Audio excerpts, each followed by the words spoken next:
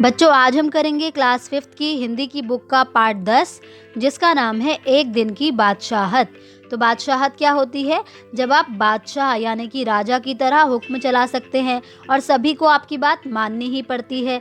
ठीक है, तो आज हम एक ऐसी कहानी पढ़ने वाले हैं जिसमें दो बच्चे आरिफ और सलीम को एक दिन की बादशाहत मिल जाती है। तो चलिए देखते हैं कि कहानी में क्या होता है। आरिफ, सलीम, चलो फौरन सो जाओ। अम्मी की आवाज़ ऐन उस वक्त आती थी जब वे दोस्तों के साथ बैठे कव्वाली गा रहे होते थे। तो बच्चों, दो बच्चे हैं आरिफ और सलीम। तो जब भी वो अपने दोस्तों के साथ बैठकर कव्वाली गा रहे होते थे, उसी टाइम पर अम्मी की आवाज़ आ जाती थी और वो कहती थी कि जल्दी से सो जाओ। या फिर सुबह जब वो बड़े मज़े में आइसक्रीम खाने के सपने देख रहे होते थे कि आपा झिंझोड़ कर जगा देती थी, जल्दी उठो, स्कूल का वक्त हो गया है। तो बच्चों, जब वो सो रहे होते थे और सुबह सुबह आइसक्रीम खाने के सपने देख रहे होते थे, तो जो उनकी आपा कौन होती है? दीदी। तो जो उनकी दीदी थी वो क्या करती थी? उन्हें झंझोड़ कर मतलब बिल्कुल एकदम बुरी तरह से उन्हें हिलाकर उठाकर जगा देती थी और कहती थी कि उठ जाओ, स्कूल जाने का टाइम हो गया है। तो दोनों की मुसीबत में जान थी। इसका मतलब ये है कि आरिफ और सलीम दोनों बहुत मुसीबत यानी कि समस्या में थे। हर वक्त पाबंदी, उनके ऊपर हर वक्त पाबंदी थी। पाबंदी मतलब रोक, और हर वक्त तकरार मतलब झगड़ा। अपनी मर्जी से वो चूं भी ना कर सकते थे। कभी आरिफ को गाने का मूड आता तो भाईजान डांटते, चुप होता है या नहीं, हर वक्त मेंढक की तरह टर्राए जाता है। और जब कभी आरिफ का मन गाने को करता था तो जो भाईजान थे वो डांट देते थे कि भाई चुप होता है या नहीं, तू तो बिल्कुल मेंढक की तरह टर्राते रहता है। बाहर जाओ तो अम्मी पूछती बाहर क्यों गए, ठीक है, और अंदर रहते तो दादी चिल्लाती, हाय मेरा दिमाग फटा जा रहा है शोर के मारे, अरे रजिया जरा इन बच्चों को बाहर हाँक दे, जैसे बच्चे ना हुए मुर्गी के चूजे हो गए। दोनों घंटों बैठकर इन पाबंदियों से बच निकलने की तरकीबें सोचा करते। उन दोनों से तो सारे घर को दुश्मनी हो गई थी, लिहाजा दोनों ने मिलकर एक योजना बनाई और अब्बा की खिदमत में एक दरखास्त पेश की कि एक दिन उन्हें बड़ों के सारे अधिकार दे दिए जाएं और सब बड़े छोटे बन जाएं।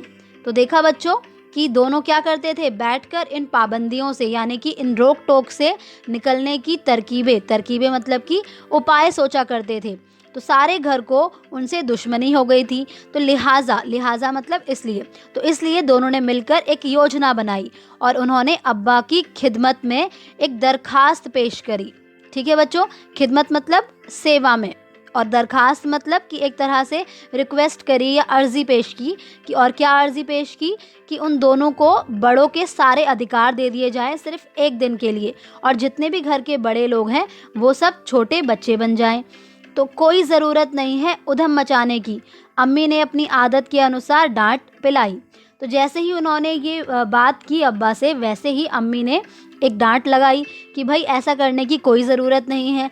लेकिन अब्बा जाने किस मूड में थे कि ना सिर्फ मान गए बल्कि यह इकरार भी कर बैठे कि कल दोनों को हर किस्म के अधिकार मिल जाएंगे।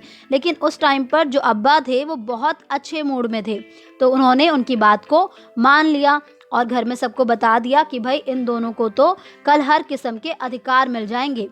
अभी सुबह होने में कई घंटे थे कि आरिफ ने अम्मी को झिंझोड़ डाला, अम्मी जल्दी उठिए और नाश्ता तैयार कीजिए।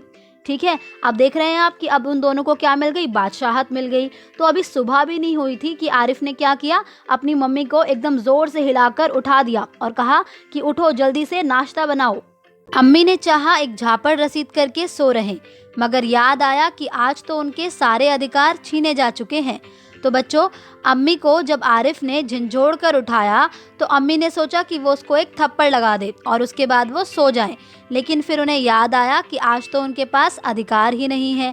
फिर दादी ने सुबह की नमाज पढ़ने के बाद दवाएं खाना और बादाम का हरीरा पीना शुरू किया। और उसके बाद क्या हुआ कि दादी ने सुबह की नमाज पढ़ी और उसके बाद अपनी दवाइयाँ खाई और फिर बादाम का हरीरा पीना शुरू किया। बच्चों, हरीरा एक पेय पदार्थ होता है। तो आरिफ ने उन्हें रोका, तौबा है दादी, कितना हरीरा पिएंगी आप, पेट फट जाएगा। और दादी ने हाथ उठाया मारने के लिए। नाश्ता मेज पर आया तो आरिफ ने खानसामा से कहा।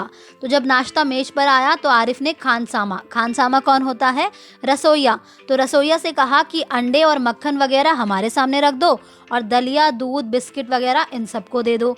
तो जब ये कहा तो आपा ने उन्हें बड़ी कहर भरी नज़रों से घूरा, लेकिन आज वो बेबस थी, क्योंकि रोज की तरह आज वह तर माल अपने लिए नहीं रख सकती थी, क्योंकि उनके पास तो अधिकार ही नहीं थे। आज सब खाने बैठे तो सलीम ने अम्मी को टोका, अम्मी ज़रा अपने दांत देखिए, पान खाने से कितने गंदे हो रहे हैं। तो बच्चों, जैसे ही सब खाना खाने बैठे तो सलीम ने अम्मी को टोक दिया कि आपके दांत तो पान खाने की वजह से बहुत गंदे हो रहे हैं। मैं तो दांत मांज चुकी हूँ। अम्मी ने टालना चाहा तो अब अम्मी ने क्या कहा कि भाई मैंने तो अपने दांत मांज लिए हैं। नहीं, चलिए उठिए। अम्मी निवाला तोड़ चुकी थी, लेकिन वो तो माने ही नहीं। उन्होंने कहा कि नहीं नहीं, चलो उठो और सबसे पहले आप अपने दांत मांजो। तो अम्मी ने निवाला तोड़ लिया था, मगर सलीम ने ज़बरदस्ती कंधा पकड़कर उन्हें उठा लिया। लेकिन अब क्या हुआ कि सलीम ने ज़बरदस्ती कंधा पकड़कर उन्हें उठा दिया। अम्मी को गुसलखाने में जाते देखकर सब हंस पड़े, जैसे रोज़ सलीम को ज़बरदस्ती भगा के हंसते थे। तो बच्चों, जब अम्मी गुसलखाना क्या होता है? बाथरूम, ठीक है। तो जब अम्मी गुसलखाने की तरफ जाने लगी तो सब लोग बहुत तेज़ तेज़ हंसने लगे, क्योंकि रोज़ ऐसा सलीम के साथ होता था, जब उसको ज़बरदस्ती वो वहाँ से भगा देते थे और सब उसके पीछे हंसते थे। फिर वह अब्बा की तरफ मुड़ा, ज़रा अब्बा की गत देखिए। और उसके बाद वह अब्बा की तरफ मुड़ा और उसने कहा कि ज़रा अब्बा की गत देखिए, यानी कि उनकी दशा देखिए। बाल बड़े हुए हैं, शेव नहीं की, कल कपड़े पहने थे और आज इतने मैले कर डाले। आखिर अब्बा के लिए कितने कपड़े बनाए जाएंगे? तो यह सुनकर अब्बा का हंसते हंसते बुरा हाल हो गया। आज ये दोनों कैसी सही नकल उतार रहे थे सबकी, मगर फिर अपने कपड़े देखकर वह सचमुच शर्मिंदा हो गए, क्योंकि उनके कपड़े सचमुच में बहुत गंदे थे। थोड़ी देर बाद जब अब्बा अपने दोस्तों के बीच बैठे अपनी नई गज़ल लहक लहक कर सुना रहे थे, तो बच्चों, थोड़ी देर बाद क्या हुआ कि जब अब्बा अपने दोस्तों के बीच बैठकर अपनी गज़ल सुना रहे थे। गज़ल क्या होती है? जो फ़ारसी या उर्दू में समझ लीजिए कि एक तरह का गीत या कविता, ठीक है। तो जब वो अपने दोस्तों को सुना रहे थे तो आरिफ फिर से चिल्लाने लगा, बस कीजिए अब्बा, फ़ौरन ऑफिस जाइए, 10 बज गए हैं। तो अब आरिफ ने चिल्लाया कि बस करो अब्बा, अब आप ऑफिस चले जाओ, क्योंकि 10 बज चुके हैं। चू चू चोप। अब्बा डांटते डांटते रुक गए बच्चों, क्योंकि वो बेबस थे और बेबसी की गज़ल की अधूरी पंक्ति दांतों में दबाए पांव पटकते आरिफ के साथ हो लिए।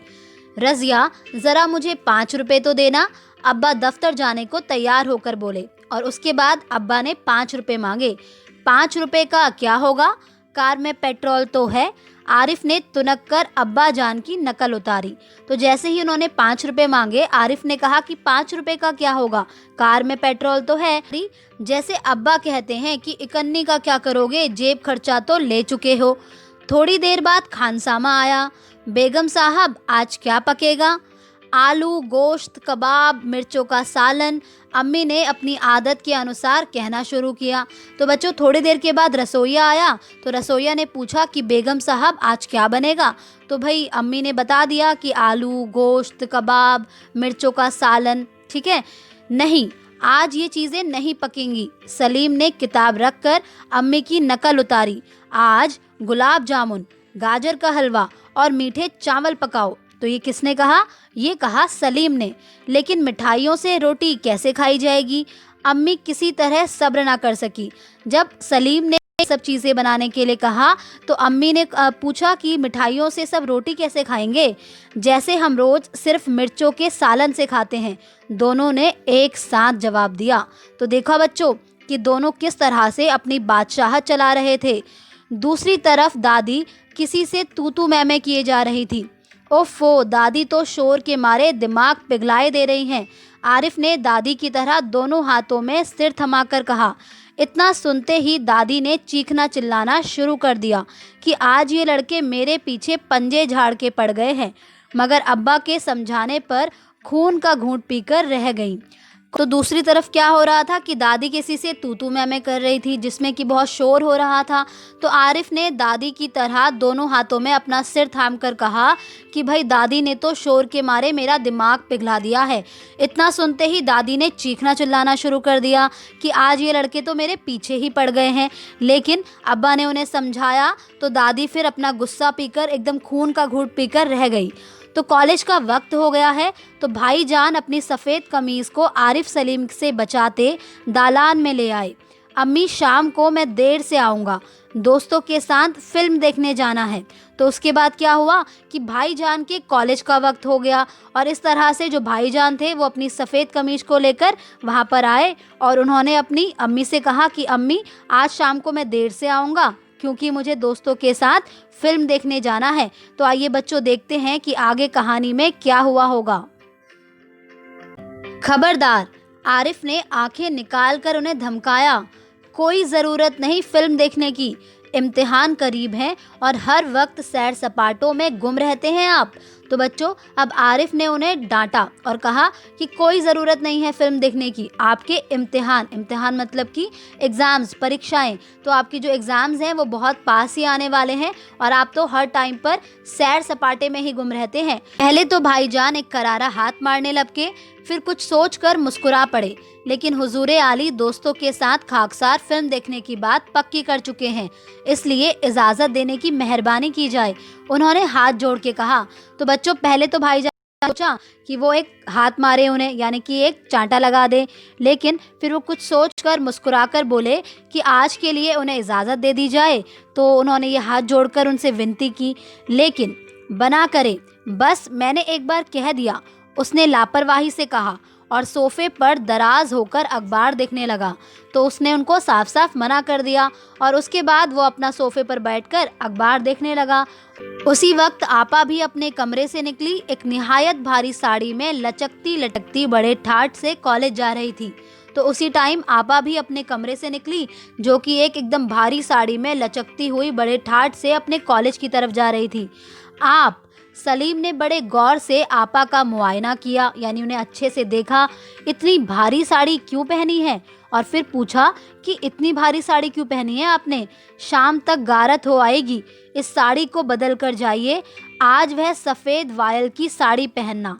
तो बच्चों अब उन्होंने क्या उनको हिदायत दी कि जाओ अपनी साड़ी को बदलो और वो सफ़ेद वायल की साड़ी पहनो। अच्छा बहुत दे चुके हुक्म। आपा चिढ़ गई, हमारे कॉलेज में आज फंक्शन है, उन्होंने साड़ी की शिकने दुरुस्त की। तो बच्चों अब आपा इस बात को सुनकर बहुत चिढ़ गई और उन्होंने कहा कि अब बहुत हुक्म दे चुके हो तुम लोग, हमारे कॉलेज में आज फंक्शन है, इसीलिए वो ये साड़ी पहन रही हैं। और ये कहते हुए उन्होंने साड़ी की शिकने दुरुस्त की। शिकने मतलब कि सिलवटें, जो उस पर सिलवटें पड़ी हुई थी वो थोड़ी सी ठीक की। हुआ करे, मैं क्या कह रहा हूँ सुना नहीं? अपनी इतनी अच्छी नकल देखकर आपा शर्मिंदा हो गई। बिल्कुल इसी तरह तो वह आरिफ और सलीम से उनकी मनपसंद कमीज उतरवाकर निहायत बेकार कपड़े पहनने का हुक्म लगाया करती हैं। उसने कहा कि अगर फंक्शन है तो हुआ करे, मैं क्या कह रहा हूँ सुना नहीं? अपनी इतनी अच्छी नकल देखकर आपा शर्मिंदा हो गई, क्योंकि इसी तरह से वो आरिफ और सलीम से उनकी मनपसंद कमीज उतरवाकर निहायती बेकार कपड़े पहनने का हुक्म देती थी। अब बच्चों दूसरी सुबह हुई, सलीम की आंख खुली तो आपा नाश्ते की मेज सजाए उन दोनों के उठने का इंतजार कर रही थी। अम्मी खानसामा को हुक्म दे रही थी कि हर खाने के साथ एक मीठी चीज जरूर पकाया करो। अंदर आरिफ के गाने के साथ भाईजान मेज का तबला बजा रहे थे और अब्बा सलीम से कह रहे थे, स्कूल जाते वक्त एक चवन्नी जेब में डाल दिया करो, क्या हर्ज है। तो बच्चों जब सलीम की आंख खुली तो उसने देखा कि जो आपा हैं वो नाश्ते की मेज़ सजाकर उन दोनों के उठने का इंतज़ार कर रही थी। अम्मी खानसामा को ये हुक्म दे रही थी कि खाने के साथ में मीठी चीज़ को ज़रूर बनाना है। अंदर आरिफ गाने गा रहा था और उसके साथ में भाईजान मेज का तबला बजा रहे थे और अब्बा ने तो सलीम को ये तक कह दिया कि स्कूल जाते वक्त एक चवन्नी को जेब में डाल लेना, इसमें क्या हर्ज है, यानी कि क्या नुकसान है। तो बच्चों कैसी लगी आपको कहानी? बच्चों इस कहानी को लिखा है जिलानी बानो ने, ठीक है। इसका उर्दू से अनुवाद किया है लक्ष्मी चंद्र गुप्त ने।